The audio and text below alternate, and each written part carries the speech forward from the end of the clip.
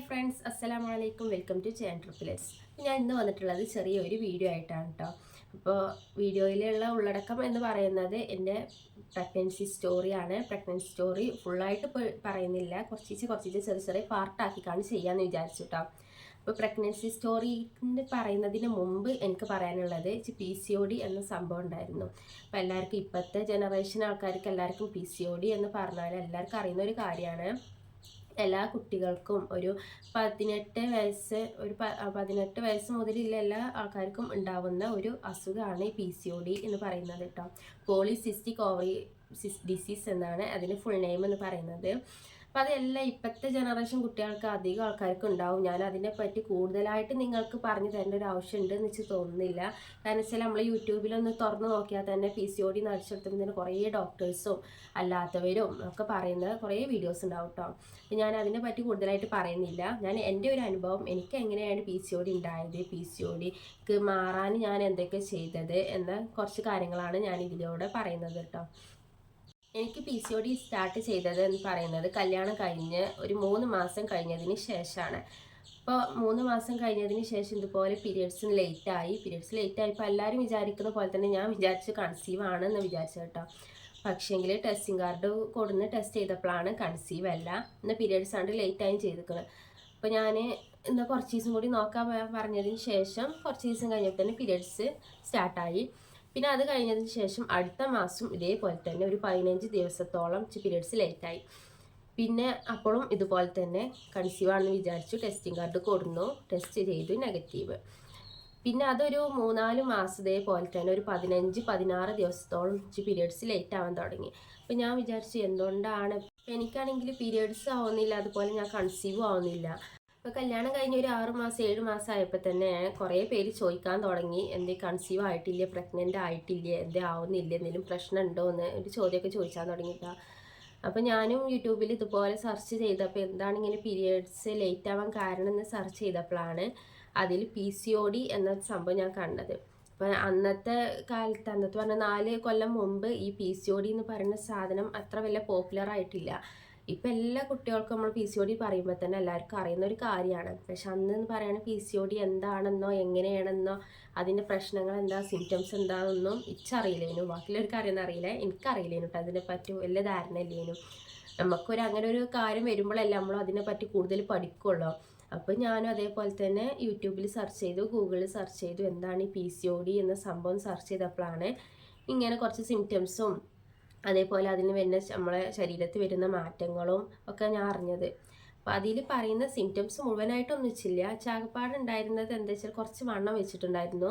അതും ഒരുപാട് പൊണ്ണത്തടി ഒന്നും ആയിട്ടില്ല, കുറച്ച് ഇക്കാണ്ട് വണ്ണം വെച്ചിട്ടുണ്ടായിരുന്നു. അതുപോലെ പീരിയഡ്സ് ലേറ്റായി. ഈ ഒരു 2 സിംറ്റംസ് വെച്ചുണ്ടായിട്ടുള്ളൂ കേട്ടോ. കുറേ പേർക്ക് വേറെ അതിനായിട്ടില്ല, ഓരോരുത്തരുടെ ശരീരത്തിൽ വേറെ രീതിയിലായിരിക്കും ഇത് എഫക്റ്റ് ചെയ്യുക. ഇങ്ങനെയാണ് PCOD ഉണ്ടായപ്പോൾ പീരിയഡ്സ് ലേറ്റായി, അതുപോലെ കുറച്ച് വണ്ണം വെച്ചും ചെയ്തിട്ടുണ്ടായിരുന്നു. അപ്പോൾ PCODനെ കുറിച്ചായിട്ട് ഞാൻ കൂടുതലായിട്ട് പറയുന്നില്ല. ഞാൻ നേരത്തെ പറഞ്ഞ പോലെ നമ്മളെ യൂട്യൂബിലൊക്കെ ഒരുപാട് വീഡിയോസ് ഉണ്ട് അതിനെ കുറിച്ച്. അപ്പോൾ ഞാനായിട്ട് പറഞ്ഞതിൻ്റെ ഒരു ആവശ്യമില്ല കേട്ടോ, അതുകൊണ്ടാണ് അതിനെപ്പറ്റി പറയാത്തത്. ഡോക്ടറോട് ചോദിച്ചു എന്തുകൊണ്ടാണ് ഇങ്ങനെ PCOD ഉണ്ടാവാൻ കാരണം എന്ന് ചോദിച്ചപ്പോഴാണ് ഡോക്ടർ പറഞ്ഞു നമ്മളെ ലൈഫ് സ്റ്റൈൽ, നമ്മളെ ഭക്ഷണത്തിലുള്ള ഓരോ മാറ്റങ്ങൾ കൊണ്ടാണ് ഈ PCOD എന്ന് പറയുന്നത് ഉണ്ടാകുന്നത് എന്ന് പറഞ്ഞു കേട്ടോ. അപ്പം ഞാൻ ചോദിച്ചു കൺസീവ് ആകാനും ബുദ്ധിമുട്ടുണ്ടാവുമോ എന്ന് ചോദിച്ചപ്പോഴാണ് ഡോക്ടറും പറഞ്ഞു കൺസീവ് ആവാൻ സാധ്യത കുറവായിരിക്കും, ഈ ഒരു PCOD ഉള്ള സമയത്ത് കൺസീവ് ആവില്ല എന്ന് പറഞ്ഞു കേട്ടോ. അപ്പോൾ അതുകൊണ്ട് കേട്ടപ്പോൾ ഭയങ്കര ടെൻഷനായി. അപ്പോൾ ഞാൻ ഡോക്ടറിനോട് പറഞ്ഞു അത്ര വലിയ ടെൻഷൻ അടിക്കേണ്ട കാര്യമൊന്നുമില്ല, ഞാൻ തരാം, കുറച്ച് മെഡിസിൻ തരാം, ആ മെഡിസിൻ കഴിക്കുക, അതുപോലെ തന്നെ ഞാൻ പറയുന്ന കാര്യങ്ങൾ അതുപോലെ ചെയ്യുക, എന്നാൽ എന്തായാലും PCOD മാറി കൺസീവ് ആകും എന്ന് പറഞ്ഞു കേട്ടോ. അപ്പം അങ്ങനെ PCOD മാറാൻ പിന്നെ ഞാൻ ചെയ്തത് എന്താ വെച്ചാൽ രാവിലെ എണീറ്റ ഉടനെ തന്നെ കറുകാപ്പട്ട ഉണ്ടല്ലോ, കറുകാപ്പട്ട പൊടിച്ചേക്കാണ്ട് അതിൻ്റെ 1 സ്പൂൺ പൊടി ഇട്ടതിന് ശേഷം ഒരു ഗ്ലാസ് വെള്ളത്തിൽ നല്ലോണം തിളപ്പിച്ചേക്കാണ്ട് കുടിക്കുക. വെറും വയറ്റിൽ അങ്ങനെ കുടിച്ചിട്ടുണ്ടായിരുന്നു. പിന്നെ അതുപോലെ ഫുഡ് നല്ല കൺട്രോൾ ചെയ്തു.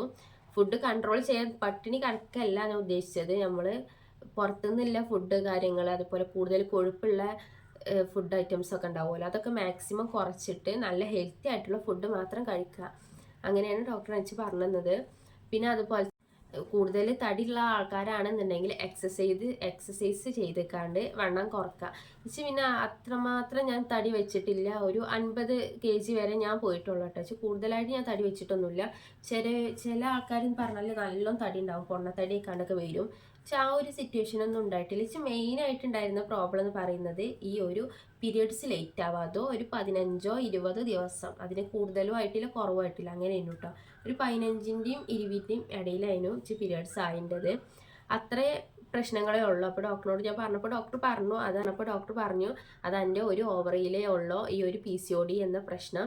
അത് ചിലവർക്ക് 2 ഓവറിയിലാകും. പിന്നെ PCOD കൂടിയാൽ PCOS ആയിക്കാണ്ട് അത് മാറാനും സാധ്യത ഉണ്ട്. അങ്ങനെ ഉണ്ടെങ്കിൽ ഭയങ്കര ക്രിട്ടിക്കലാണ്. അത് ഇപ്പോഴത്തെ കാലത്ത് ക്രിട്ടിക്കലൊന്നല്ല, പക്ഷെ അന്ന് ഡോക്ടർ എന്നോട് അങ്ങനെ പറഞ്ഞത് ഭയങ്കര ക്രിട്ടിക്കലാകും, അങ്ങനെയാണെന്നുണ്ടെങ്കിൽ കുട്ടികളൊക്കെ ഉണ്ടാവാനും ഭയങ്കര ബുദ്ധിമുട്ടേക്കരം എന്നൊക്കെ പറഞ്ഞു കേട്ടോ. അപ്പം ഞാനിതേപ്പോൾ ഡോക്ടർ പറഞ്ഞ പോലെ തന്നെ ഞാൻ കാര്യങ്ങളൊക്കെ ചെയ്തു. ഇങ്ങനെ കറുകപ്പട്ട വെള്ളമൊക്കെ ഒന്ന് കുടിച്ചു, അതുപോലെ തന്നെ കുറച്ച് ഫുഡൊക്കെ കൺട്രോൾ ചെയ്തു. മെഡിസിനും കൃത്യമായിക്കാണ്ട് ഡോക്ടർ തന്ന 3 മാസം കൂടുമ്പോഴേ ഞാൻ മെഡിസിൻ തന്നിട്ടുണ്ടായിരുന്നത്. അത് കൃത്യമായിട്ട് എല്ലാ ദിവസവും മുടങ്ങാതെ കുടിച്ചു. അങ്ങനെ എൻ്റെ PCOD മാറി. അപ്പോൾ ഇന്നത്തെ വീഡിയോ എത്ര ഉള്ളോ, ഞാൻ ഇനിയും അടുത്ത പാർട്ടായിക്കാണ്ട് ഇതിൻ്റെ പാർട്ട് 2 ആയിക്കാണ്ട് ചെയ്യാൻ. ഞാൻ കൺസീവ് ആയത് എങ്ങനെയാണ് നിൻ്റെ കുറച്ച് കാര്യങ്ങളും ഞാൻ പറയാം കേട്ടോ. എൻ്റെ 3 മക്കൾ ഒരുമിച്ച് എങ്ങനെ കിട്ടിയത് നിൻ്റെ കാര്യങ്ങളൊക്കെ ആ വീഡിയോയിൽ പറയാം. ഇന്നത്തെ വീഡിയോ എല്ലാവർക്കും ഇഷ്ടമായെന്ന് വിചാരിക്കുന്നു. നിങ്ങൾക്ക് PCODനെ പറ്റി കൂടുതലും ഇനി അറിയണം എന്നുണ്ടെങ്കിൽ കമൻറ്റ് ബോക്സിൽ പറയാം. അപ്പം ഞാൻ ഇൻഷാ അല്ലാ അതിനായിട്ടുള്ള അതിൻ്റെ സിംറ്റംസും കുറച്ച് ടിപ്പും കാര്യങ്ങളും ഒക്കെ ഞാൻ പറഞ്ഞു തരാം. അപ്പോൾ ഇന്നത്തെ വീഡിയോ എത്ര ഉള്ളൂ. ഇൻഷാ അല്ലാ നാളെ മറ്റൊരു വീഡിയോ ആയിട്ട് വരുന്നുണ്ട്. ബൈ, അസ്സലാമു അലൈക്കും.